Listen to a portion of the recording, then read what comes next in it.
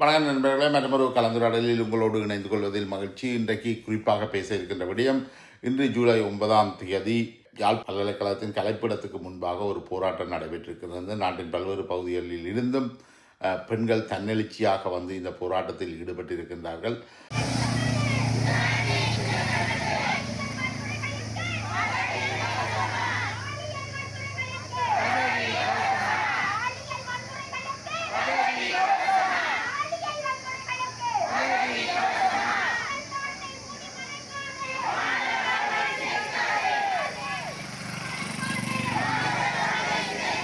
யாரும் எதிர்பார்க்காத வகையில் திடீரென்று இந்த போராட்டம் திருதிப்பென வியாழக்கிழமை காலை 8:30 இருந்து ஒரு 10:30 மணி வரைக்கும் இடைப்பட்ட நேரத்தில் நடைபெற்றிருக்கின்றது.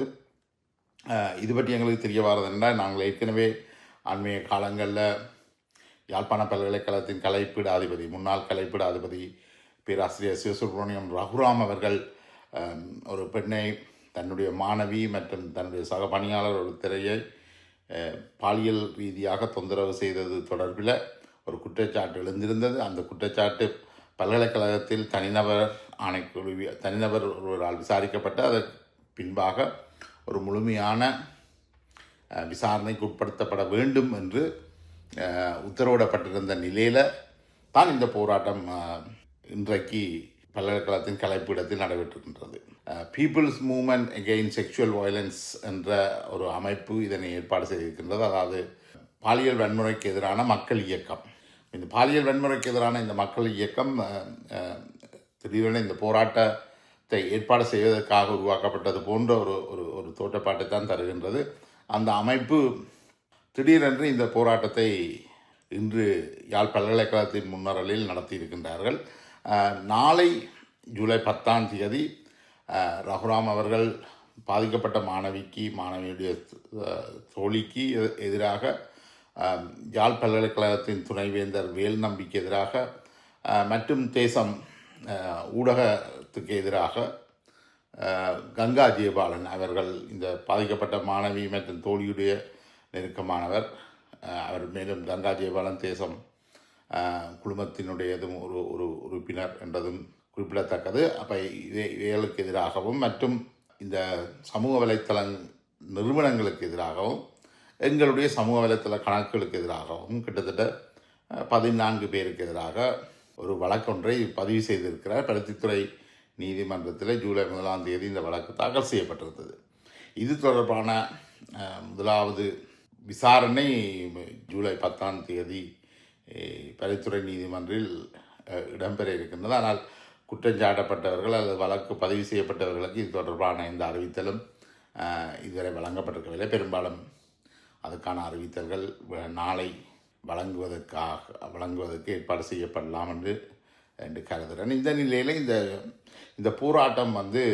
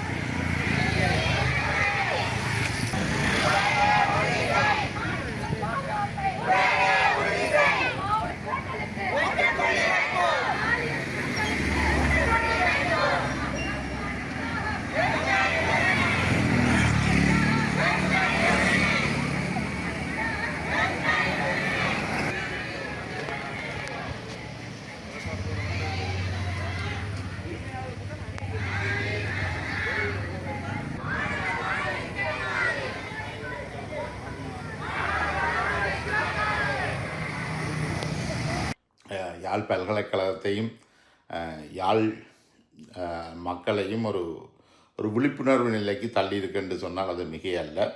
என்றால் பல்கலைக்கழகத்தில் பாதிக்கப்பட்ட மாணவிக்காக பல்கலைக்கழக மாணவர்கள் ஒரு போராட்டத்தை நடத்த முன்வரையில் அங்கே இருக்கிற பல்கலைக்கழகத்தினுடைய மாணவர் ஒன்றியங்கள் இருந்தாலும் அந்த மாணவர் ஒன்றியங்களில் பெண்கள் வந்து 2ஆம் தர பிரஜைகளாகவே பொதுவாக நடத்தப்பட்டு வருகிறார்கள். யாழ் பல்கலைக்கழகம் ஒரு பல்கலைக்கழகத்துக்கான ஒரு முற்போக்கான பாத்திரத்தை எடுத்து செயற்படுவதாக தெரியவில்லை. கிட்டத்தட்ட பேராசிரியர்களுடைய விருப்பு வெறுப்புகளை ஏற்ற மாதிரி பணி செய்பவர்களாகத்தான் இந்த மாணவர் அமைப்புகள் செயற்படுகின்றன. இல்லை என்று சொன்னால் தாங்கள் ரேக்கிங்குக்கு எதிராக நடவடிக்கை எடுத்தால் அவர்கள் போராட்டம் நடத்துவார். அதாவது யாரையாவது சாதியை சொல்லி அடிக்கிறது அல்லது யாழ் பல்கலைக்கழகத்தினுடைய மாணவர் அமைப்பு என்றது அது ஒரு மிக பிற்போக்கான ஒரு தலைமையை கொண்ட ஒரு அமைப்பு. அந்த அமைப்பு என்றைக்குமே பெண்களுக்காக குரல் கொடுத்ததும் இல்லை. அந்த மாணவர் அமைப்பில் பெண்கள் பொறுப்பான பதவிகளில் வைக்கப்படுறதும் இல்லை. அது யாழ்ப்பாணத்தினுடைய பெண்ணடிமை சிந்தனையையும் சாதிய சிந்தனையையும் கொண்ட ஒரு அமைப்பாகத்தான் அது இன்றைக்கும் செயற்பட்டு வருகின்றது. இந்த எத்தனையோ பெண்கள் அங்கே பாதிக்கப்பட்டிருக்கிறார்கள். அதை பற்றி எந்த குரலும் எழுப்பையில் இந்த மாணவியுடைய பிரச்சனை கூட இந்த மாணவர் அமைப்புகளுக்கும் அங்கே சமூகத்தில் உள்ள பிரதிநிதிகளுக்கும் ஏற்கனவே ஒரு சில ஆண்டுகளாக கொண்டு செல்லப்பட்டு உரையாடப்பட்டிருந்தாலும் அந்த மாணவிக்காக யாரும் போராட முன்வரையில்லை. அந்த நிலைமையில தான் இந்த போராட்டம் இன்றைக்கு திடீரென்று பெண்கள் தன்னெழுச்சியாக வந்து ஏற்பாடு செய்திருக்கிறார்கள். இதில் பல்கலைக்கழக மாணவர்கள் அவ்வளவு தூரம் ஈடுபட்டதாக தெரியவில்லை. பெரும்பாலும் இதில் கலந்து கொண்ட மாணவர்கள் இலங்கையின் வெவ்வேறு மாவட்டங்களில் இருந்து கலந்து கொண்டிருக்கிறார்கள். பல்கலைக்கழக மாணவர்கள் இது தொடர்பில் அவ்வளவு அக்கறை எடுத்துக்கொண்டதாக தெரியவில்லை. இன்னொன்று, இந்த போராட்டத்துக்கு அழைக்கப்பட்ட பொழுது கூட பெரும்பாலான மாணவர்கள் பல்கலைக்கழகம் சார்ந்தவர்கள் அல்லது பல்கலைக்கழகம் செல்ல இருக்கின்றவர்கள் பயத்தினால் இவ்வாறான போராட்டங்களில் ஈடுபடுறதுக்கு மிகுந்த தயக்கத்தை காட்டினார்கள். இப்போ இலங்கையில் வடக்கு கிழக்கை பொறுத்த வரைக்கும் இப்போ இலங்கை இராணுவத்துக்கு எதிராகவோ அரசுக்கு எதிராகவோ கடுமையான போராட்டங்களை நடத்துவதற்கும் கருத்து சொல்வதற்கும் மக்கள் எவ்வித பயமும் அற்று மிக வெளிப்படையாக வந்து கருத்துக்களை சொல்லுகிறார்கள். ஆனால் ஒரு கல்வி அதிகாரத்தில் உள்ளவர்கள், தமிழ் பகுதிகளில் அதிகாரத்தில் உள்ளவர்கள், குறிப்பாக இந்த பேராசிரியர் ரகுராம் போன்றவர்கள் மீது குற்றச்சாட்டுகள் வருகின்ற பொழுது அதற்கு எதிராக கருத்து சொல்வதற்கான அடிப்படை ஜனநாயக உரிமையையே பல்கலைக்கழகத்திலேயோ அல்லது சமூகத்திலேயோ இல்லாத ஒரு நிலையைத்தான் நாங்கள் பார்க்கிறோம். வேரியே பயிரை மேய்வது போன்ற பல்வேறு சம்பவங்கள் யாழ் பல்கலைக்கழகத்தின் குறிப்பாக கலப்பிடத்தில் நடந்திருக்குது. இந்த கலப்பிடத்தில் குற்றஞ்சாட்டப்பட்ட ஆசிரியர்கள், அது பொங்குதமிழ் கணேசலிங்கனாக இருக்கலாம், அவர் மலையக தமிழ் இளம்பெண் குழந்தை ஒருவரை பாலியல் துன்புறுத்தலுக்கு உள்ளாக்கியிருந்தார், அதாவது பாலியல் வன்புணர்வுக்கு உட்படுத்தியிருந்தார். அவர் மீது சட்ட நடவடிக்கையும் எடுக்கப்பட்டது. அதுக்கு பிறகு அந்த பெண் காணாமல் போனதை தொடர்ந்து அவர் அந்த குற்றச்சாட்டிலிருந்து விடுவிக்கப்பட்டிருக்கிறார். அதற்கு அப்புறம் அருந்தாகரன், விசாகரூபன் போன்ற பேராசிரியர்கள், இளங்குமரன் போன்ற பேராசிரியர்கள் மீது இந்த பாலியல் குற்றச்சாட்டுகள் சுமத்தப்பட்டிருந்தன. அதில் சுதர்சன் என்பவரும் இளங்குமரன் என்பவரும் பல்கலைக்கழகத்தில் இருந்து நீக்கப்பட்டிருக்கிறார்கள். அதாவது பல்கலைக்கழகத்துக்கு செல்றையில், ஆனால் அவர்களுக்கு அவர்களுடைய சம்பளம் இன்றைக்கும் வழங்கப்பட்டு கொண்டு இருக்கிறதாகத்தான் அறிகிறோம். அடியால் தற்பொழுது பதவியேற்றிருக்கிற புதிய துணைவேந்தர் இதுகள் தொடர்பில் கவனம் செலுத்த வேண்டும் என்று பலரும் எதிர்பார்க்கிறார்கள். இப்போ துணைவேந்தரும் எதிராகவும் பேராசிரியர் ரகுராம் வழக்கு பதிவு செய்திருக்கின்றார். ஸோ இந்த வழக்கு எப்படி போகுதுன்றது நாளைக்கு தெரியக்கூடியதாக இருக்கும். சில வேளை இந்த சமூக வலைத்தள கணக்குகளில் இருக்கிற பதிவுகளை நீக்க சொல்லி நீதிபதி ஒரு இடைக்கால தடை உத்தரவை கொண்டு வரலாம். அப்படி இடைக்கால தடை உத்தரவு கொண்டு வந்தால் அதுக்கு பிறகு எங்களுக்கு தெரியப்படுத்துவார்கள். தெரியப்படுத்தினா பிற்பாடு தான் நாங்கள் அதுக்கான நடவடிக்கைகளை எடுக்க வேண்டியிருக்கும். அது எவ்வாறான நடவடிக்கையாக இருந்தாலும் அதனை நேர்கொண்டு சட்டத்துக்குட்பட்டு செயற்பட தேசம் குழுமம் தயாராக இருக்கின்றது.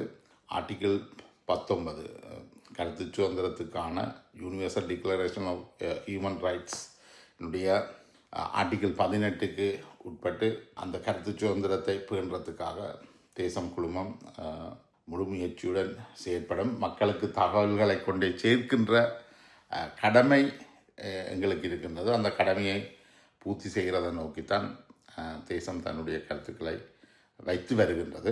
குற்றஞ்சாட்டப்பட்டிருக்கின்ற பேராசிரியர் ரகுராம் பல்கலைக்கழகத்தினுடைய துணைவேந்தருக்கு எதிராக வழக்கு பதிவு செய்திருக்கிறார். அவரும் இந்த தகவல்களை கசிய விட்டார் என்ற என்ற வகையில் இந்த குற்றச்சாட்டுகள் இருப்பதாக தெரிய வருகிறது. இப்போ என்னென்னால் பேராசிரியர் ரகுராம் வந்து ஊடகத்துறையை சார்ந்தவர். அப்போ ஊடகத்துறையை சார்ந்தவர் ஒருவர் ஊடகத்தை பற்றி படிப்பிக்கின்ற போது மக்களுக்கு தகவல்களை தங்குதடையின்றி கொண்டே சேர்ப்பதற்கான முயற்சிகளுக்கு ஆதரவாக அவர் செயற்படணும்.